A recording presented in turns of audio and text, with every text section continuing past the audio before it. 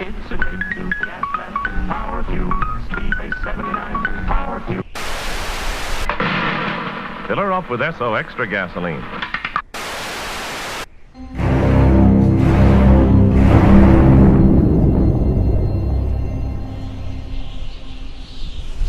Hello and welcome. I'm Marcus, and this is Marcus Rambles. This is going to be another first for me. Thus far, I've only made 3 of these videos, and 2 of them have had a pretty standard formula. When it comes to movies, I state what I liked about the movie and praise it. Then I follow that up with a breakdown of what I didn't like about the movie, why I didn't like it, and offer my 2 cents on what I would have done or what could have salvaged it. So, what makes this video any different? Well, I have nothing negative to say. Seriously, I can't think of or find anything negative to say about today's topic, Mad Max: Fury Road. By the way, thank you to those of you who voted for this video. Your interaction and interest in these videos goes a long way and is greatly appreciated. There are very few movies that I can look at and call perfect, and Mad Max: Fury Road is arguably a perfect movie. Now, I'm not saying it's the best movie ever made. It comes pretty fucking close. And I'm not saying it's for everyone. If you don't like cars, action, or the post-apocalypse genre, chances are you won't like this movie. But it is a perfect movie. In my mind, at least. So what can I really say about the Mad Max franchise that hasn't already been said? We're talking about one of the most recognized movies ever made. It's up there with Star Wars and, Casablanca. Even if you haven't seen Mad Max, you've seen someone else portray its imagery. It's the one constant thing we point to when anything is vaguely post-apocalyptic, as if it's hardwired into our very being or something. However, when people are talking about Mad Max, they're generally speaking about the second film in the franchise, The Road Warrior. Partially because A, it's the most recognized and beloved of the movies, and B, when it was released in America, they didn't call it Mad Max 2, The Road Warrior. They just called it The Road Warrior. Many people watched it without having any idea that it was a sequel until much, much later.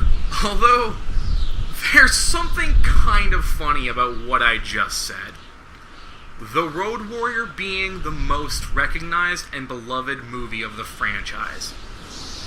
That's a sentence you can still say, but I'd argue that the proper thing to say is The Road Warrior was the most recognized and beloved movie of the franchise.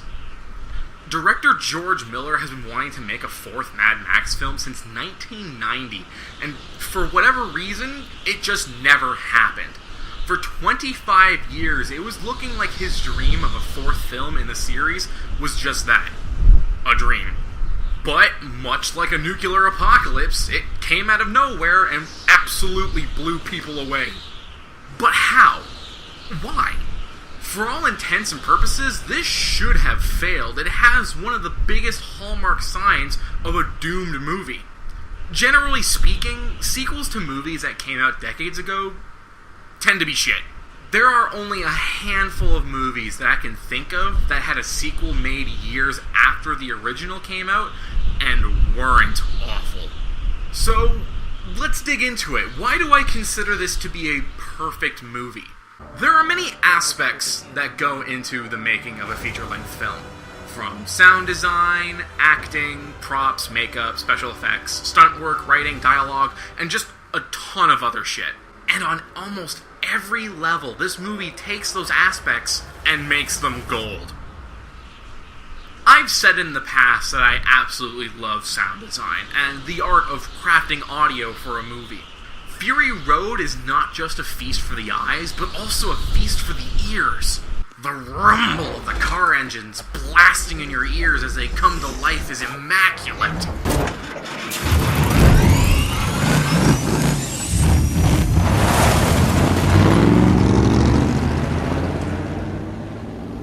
The modulation on Immortan Joe's voice is just beautiful and badass.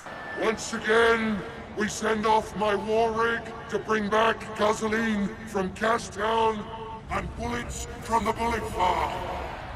The rock guitar being played by the Doof Warrior atop his enormous mobile soundstage is a truly maniacal depiction of the war song, rallying the troops, pumping adrenaline into not just the veins of the war boys, but also you.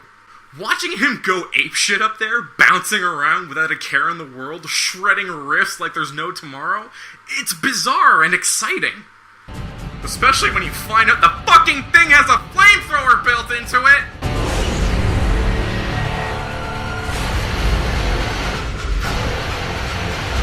Oh my god! That is pure metal! That's what I love about this movie. It gets you pumped. You're excited to watch it. Every time I think about anything in this movie, it puts a smile on my face. Something I appreciate greatly is the decision to film on location. It's something I wish more movies would do. Now, I completely understand why people don't do it. From what I understand, it's an utter nightmare to accomplish. There are a multitude of things that can and will go wrong. Number one being the complete lack of control. When you're filming out there in some remote jungle or desert, you are gambling with nature itself, and buddy, the cards are stacked against you. It can piss rain for 5 days straight. The temperature can get to the point of making actors pass out.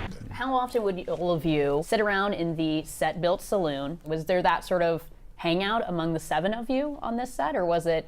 Well, that's where the air conditioning was. So, So it was. definitely hung out. The only place AC was. That's exactly. In the saloon. That was In the saloon. It was like 100 and whatever every day. 107 to 110. Every day. Every day. Every day. Yeah, Was that actually kind of the hardest thing out of this entire shoot? Was just the heat? Yeah, it was The fun. heat, yeah. And trying to remember to do a good job while you're that hot. Yeah. Because really, when it starts to be that hot, you really just want to go home. I mean, like, oh, right, we're making the movie, right, okay. And you had on like a heavy coat too, right? You had that. Yeah, the huge coat, the huge Ascot vest. on. Yeah, exactly. I was dying. Oh, poor Vincent D'Onofrio. He's Yeah, well, he like did. He was wearing a bear. Yeah, Yeah, so he was. I love it. Do you remember his stunt man passed out from the heat when Vince was still standing? Yeah, because his stunt man had to wear the same thing too, and they're both just standing there in the heat, and the stunt guy goes, and Vincent's like, get on up. Winds can just blow away all the hard work you just put into setting up a shot. It can be a mess. So I totally understand not wanting to film on location. On the other hand, sometimes you gotta suffer for your art. A majority of the film was shot in the southern African country of Namibia. It was cold, windy, and ridiculously isolated. According to Wikipedia, they filmed the movie over the course of 120 days, and I can imagine that a lot of it was spent in an actual desert. But the reason I love the fact that they filmed on location is the effect it had on not just the actors, but the movie as a whole. The movie feels real. You watch it, and you're able to let yourself slip into this world, a world gone mad, filled with crazed tyrants, cannibals, and nightmarish vehicles. The rocky formations, the hills of sand, the dust whipping about, smashing into characters' faces. You can feel all of it because the actors are feeling it. They're living it. And it's not just this movie. Many other movies have filmed on location and turned out better because of it. Would Predator have been as memorable or exciting if they were filming on a soundstage? Probably not. Filming on location has its advantages. It's just that sometimes the disadvantages can be bullshit. Another thing that helps make the movie feel real is the ridiculous amount of detail put into it. And I do mean ridiculous. The world of Fury Road is one that has been lived in, broken, and reforged into something strangely beautiful. If you pause the movie at any given moment, you are bound to see something new each time. Some tiny little piece of detailing that just makes the world seem a bit bigger. Some of my favorite details include Nux's gas pedal having his name scratched onto it. Furiosa's rifle has a block of wood strapped to it so she can hold it properly with her huge, bulky prosthetic arm. Hell, I love staring at Furiosa's arm. Since I was little, I've always had this fascination with prosthetic limbs, a borderline obsession. There's just something fascinating about them, especially nowadays where it seems science fiction is drawing closer to reality. And seeing something like this in an apocalypse setting is both refreshing and bold. This movie achieves something that very few can, and that's to take a very recognizable actor or actress and make them unrecognizable. Now, when I say that, I'm not talking about makeup, although the makeup work here is phenomenal.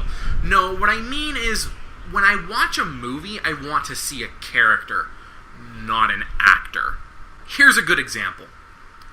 George Clooney. A lot of people like George Clooney, and I can understand that. He's a good actor. However, when I watch a movie with George Clooney in it, I'm kind of aware that I'm watching George Clooney. I know that sounds weird because, obviously I'm watching a movie with paid actors in it, but there are a few occasions where sometimes the actor is unrecognizable. I use George Clooney as an example because I can't really help but see it. When I see Clooney on screen, I see Clooney and nothing else. It doesn't detract from the movie in any real way, it's just something that I notice. Except for Oh Brother, Where Art Thou? When I watch that movie, I don't see Clooney. I see Ulysses.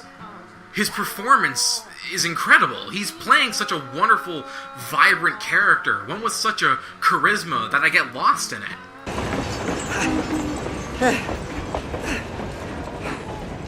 Say, any of you boys, Smithies? Or, if not Smithies per se, were you otherwise trained in the metallurgic arts before straitened circumstances forced you into life aimless wandering? He sweeps you away and takes you on along his bizarre adventure. And the same can be said for Charlize Theron. She's undergone a transformation, a metamorphosis. She's unrecognizable in this movie. And part of that is due to the fact that they filmed on location. See, sometimes it's worth it. Gone is the gorgeous Oscar-winning blonde actress. Standing in her place is the harsh, brutal, and badass road warrior, Imperator Furiosa.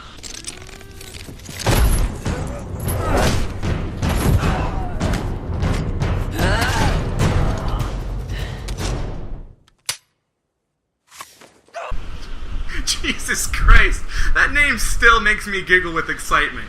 Like, is there anything in this movie that isn't metal as fuck? But let's not ignore the rest of the cast. I don't need to tell you how good Tom Hardy is, but I'm going to anyway. You know that thing I just said about seeing the actor and not the character?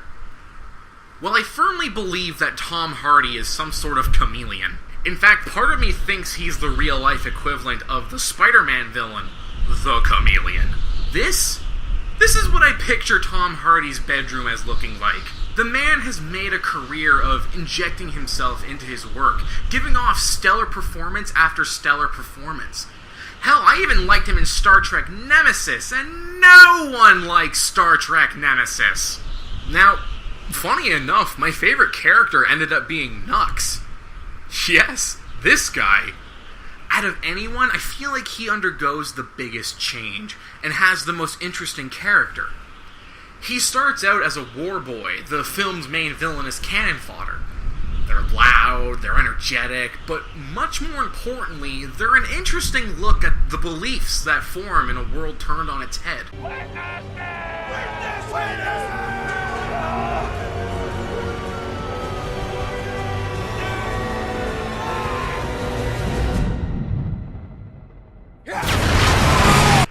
The War Boys have this belief, dare I say a religion, that forms around the idea that if they die gloriously in battle, they will forever ride along the highways in the world of Valhalla, an afterlife where everything is shiny and chrome. High-octane crazy blood filling me up.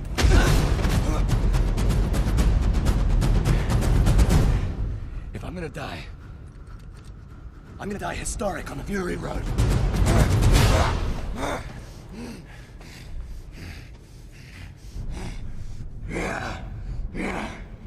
For the first 20 or so minutes of the movie, it really feels like Nux is gonna be this sort of eventual cannon fodder, or a small thorn in the side of the heroes.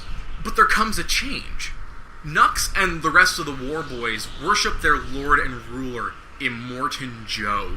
Put upon a glass skull, stop the rig, return my treasures to me, and I myself will carry you to the gates of Valhalla. And I awaited. You will ride eternal, shining and chrome. Good fucking God. I'm gonna talk about this guy in just a second, but Jesus, I love this man. But yeah, Nux idolizes this guy, right up to the point where even the Immortan just looking at him is enough to get him to believe that he will be awaited on the other side of Valhalla's gates. He looked at me! He looked right at me! He looked at your blood bag! He turned his head, he looked me straight in the eye! He was scanning the horizon! No! I am awaited! I am awaited in Valhalla! But here's the thing. Nux is kind of terrible at what he does. Every time he tries to do what he thinks is the right thing, he fails. He fails to blow himself up in an attempt to stop Furiosa. He's right in front of Joe's wives and is so gullible that he doesn't expect Max to knock him out. What are you gonna ask for? That's my jacket. Sure. You can ask for more than a jacket. We're going to the green place. Wait, is yours? And he fails spectacularly right in front of his idol.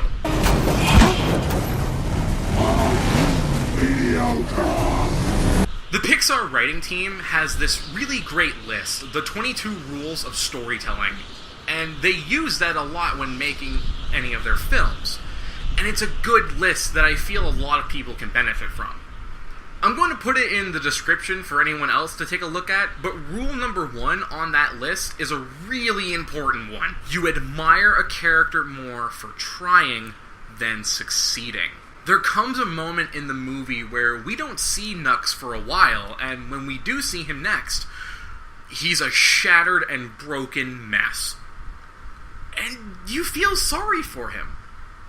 Yes, he is technically one of the bad guys, but because you've seen him try and try and try, but only fail, you can kind of relate to him.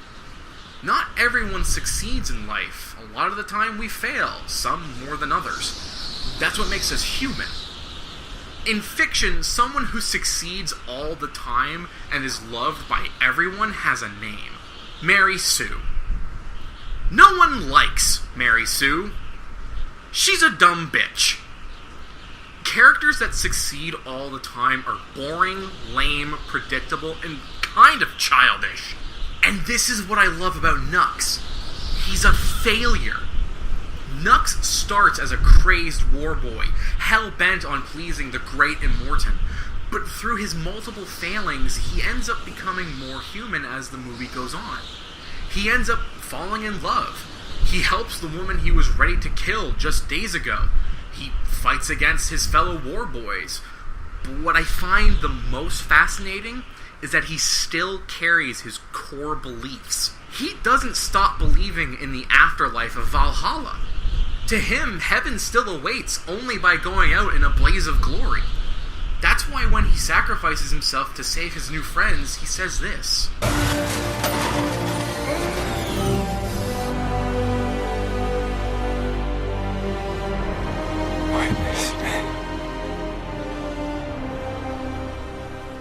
Witness me. It's a motto of sorts, the idea that someone needs to see you go down in order for your death to mean anything. Someone has to be there to witness your ascension, to remember you. A feeling that I really think all of us can understand. And that's just one great character. The movie is filled with them. I'm sadly not going to talk about them all because this video would be fucking long, the longest I've ever made. But there is one more character that I want to talk about. I think it goes without saying that every good hero needs a villain. And Fury Road has one hell of a villain. I'm a very visually driven individual. That's why I like movies and comic books. They're a visual medium. If something looks visually appealing to me, even if the material itself is bad, I'll probably still like it. Kind of. One of my favorite movies is the 1995 Judge Dredd movie. Now, without getting into any specifics, that is a terrible, terrible movie. It's not good. But I really like the look of it. There's something about it. It has a vibrancy to it. Maybe I'll talk about this movie another day, but bringing it back to Mad Max, I like character designs that make me want to look closer at them. And Immortan Joe, the film's main antagonist, is no exception. There's just so much going on here, and it all works. From his wicked plastic Roman chest piece with war medals embedded into it, to his breathing aid that has fucking horse teeth in it. He's a stark image, this pristine white figure set against a very bleak orange and brown backdrop. His look pops with characterization. That's how you know you've got a good design going on, when you enjoy looking at the character. And much like the rest of the cast, he is a fully fleshed out character.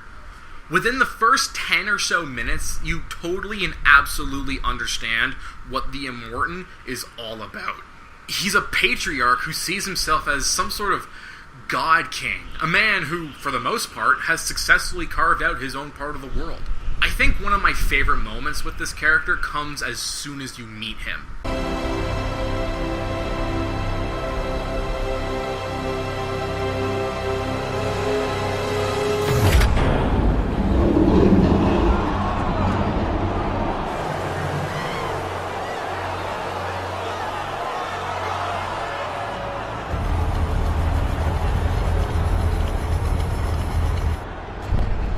Do not, my friends, become addicted to water. It will take hold of you, and you will resent its absence.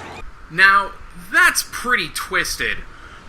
But on the other hand, it's not like he's doing it to be cruel.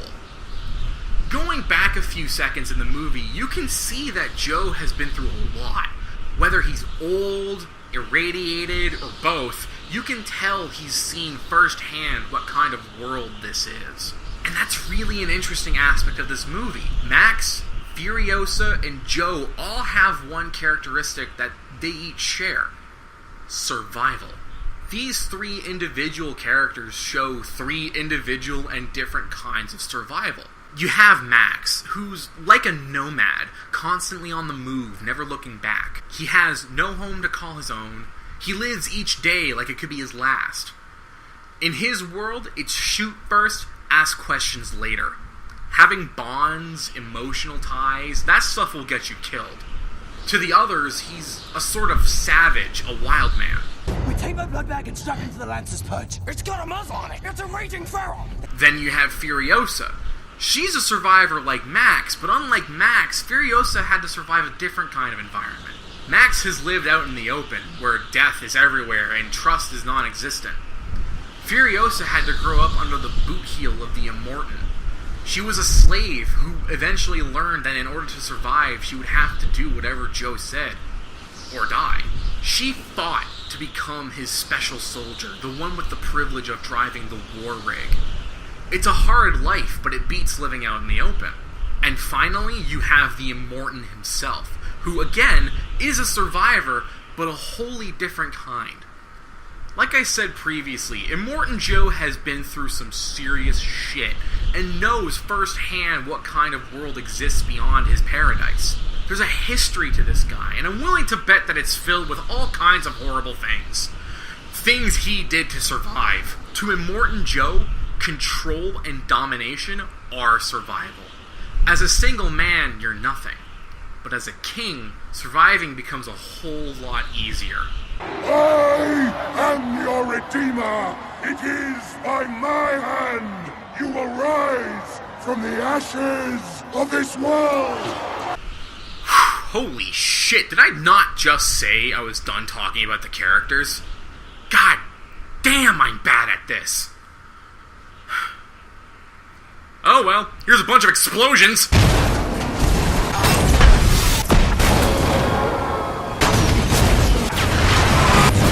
Yeah, that's what I'm talking about. And it's what everyone else was talking about too when this movie came out. The stunts and the effects. There exists a tiny part of me that believes I'm stuck in a coma and that this movie's existence is part of an elaborate coma fantasy. Mainly because I have a hard time believing that this movie even exists in the first place. Any time they had the opportunity to fake something with digital effects, they stopped and went, how can we do this for real without killing the actors? And I don't know how, but they did. Jesus Christ, did they ever do it? And that's really the reason I have such a hard time believing this movie is even real. A project like this would normally be rife with tons of computer fakery. Now don't get me wrong, I completely understand why we do these things. It's easy to look at a movie and go, man, CGI sucks, they should have done it practically. And when people say that, they're only half right. Special effects in movies nowadays have gone to this point where anything is physically possible, minus the physical aspect. I kinda want to do a whole video about Avengers Age of Ultron at some point in the future, but I want to bring it up now to make a point. Ultron in the movie is clearly a CGI construct. It's like painfully obvious. But if you look at the Vision, he looks good, even though he's also CGI. But why? Well, because there's actually someone standing there. Ultron is a guy in a motion capture suit, so there's really nothing there once they've digitally replaced the actor. Vision, on the other hand, is an actor in a suit, but they use special effects to touch him up and make him look more artificial. He's a combination of practical and special effects. That's why he works, and that's why Fury Road works. Most, if not all, of the backgrounds aren't real. A lot of these rocky structures are fake. Fury Road has some of the best special effects in a movie made today, and you didn't even notice it. Now, part of that is because, as an industry, we've mastered the art of recreating naturally occurring objects like fire, water, rocks, trees, grass, shit like that. We've mastered it because it's so common. But a major part of why you didn't notice is because you were too busy paying attention to the important part. The spectacle of the stunts. The borderline live performance. Looking back at it now, this movie really does feel like one of those Universal theme park stage plays. You know, like Waterworld. Does anybody remember Waterworld? Kevin Costner? What did you see out there in the 15 winners? The guy from the Mario Brothers movie? I can't remember what his name is. No? Okay. I think my favorite thing I've ever seen in regards to this movie is in the behind the scenes. There's this great part where Tom Hardy is talking about walking into a room and seeing the storyboards and just being blown away. So it got to the point where anyone that came into this room would have to wade through loads of storyboards pinned to these display boards. It was 3,500 panels around a room, and I would say a good 80% of those panels are reflected in the images you see on the screen today. The visuals on them were epic, and he managed to not only capture them, but he captured them with a very limited amount of CGI. And to me, that just screams pure visual storytelling. For the most part, there isn't a lot of dialogue in the movie. It's all visuals and motion being played out. I don't think I've ever seen a movie made this way, where the storyboards were the script. It's a fascinating approach. In the end, I think the reason I fell in love with this movie is because it feels pure. Looking at the behind-the-scenes making of it, you can feel that George Miller, and all of those associated with him, just love making movies. Mad Max Fury Road showcases a love of pure filmmaking. if I were to call it anything, it would be honest. It exists because one man really just wanted to make it because he loves movies. And that makes me smile. Sorry for getting sappy on you there at the end, but I really do love this movie. I want to thank you all for joining me today, listening to me ramble like a madman. I'm Marcus, and I hope you'll join me next time. See you around.